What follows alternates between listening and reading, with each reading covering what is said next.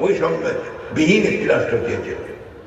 আজকে সবখানে বৈষম্য সৃষ্টি হয়েছে, দুর্নীতি হয়েছে, দুর্নীতিতে দেশ একেবারে ভরে গিয়েছিল।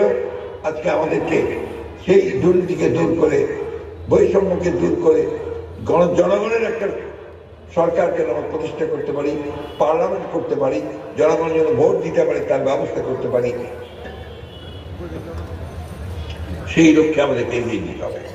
সবসময় মনে রাখতে হবে ছাত্রদেরকে সব সময় জ্ঞান ভিত্তিক চর্চা করতে হবে, জ্ঞান ভিত্তিক রাজনীতি করতে হবে। তাদেরকে পড়াশোনা করতে হবে, পড়াশোনা করে দেশের কল্যাণ কিভাবে হয় সেটা জানতে হবে, পরিবারের কল্যাণ কিভাবে হয় সেটা জানতে হবে, এবং নিজেকে কি করে প্রতিষ্ঠিত করা যায় সেইভাবে তার কাজ করতে হবে।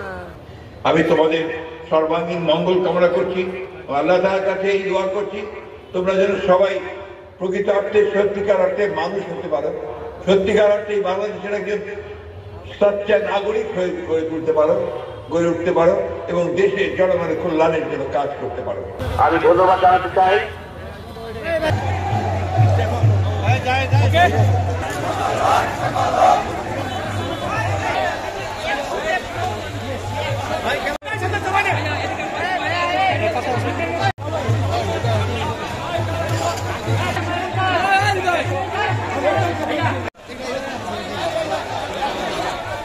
দলের পক্ষ থেকে সংগ্রামী সালাম ও সংগ্রামী শহীদ জি অমর দেশনেত্রী বেগম খালেদা জিন্দাবাদ। আমাদের নেতা উত্তরবঙ্গে বক্তব্য রাখার জন্য অনুরোধ করছি জেলা ছাত্র দল ঠাকুরগাঁ জেলায় ছাত্র দল মানিত মহাসচিব জনাব মির্জা ফখরুল। ভালো লাগছে এই কারণেই আমিও এক সময় ছাত্র রাজনীতি, আমার মহিলা দলের বোনেরা, সাংবাদিক ভাইয়েরা, দীর্ঘ 17 বছর ধরে এই ছাত্র ভাইয়ের সম্ভাবনাকে ছাত্র দলের ইতিহাস, গণতন্ত্র পুনরুদ্ধারের ইতিহাস, স্বৈরাচারকে বিতাড়িত করার ইতিহাস।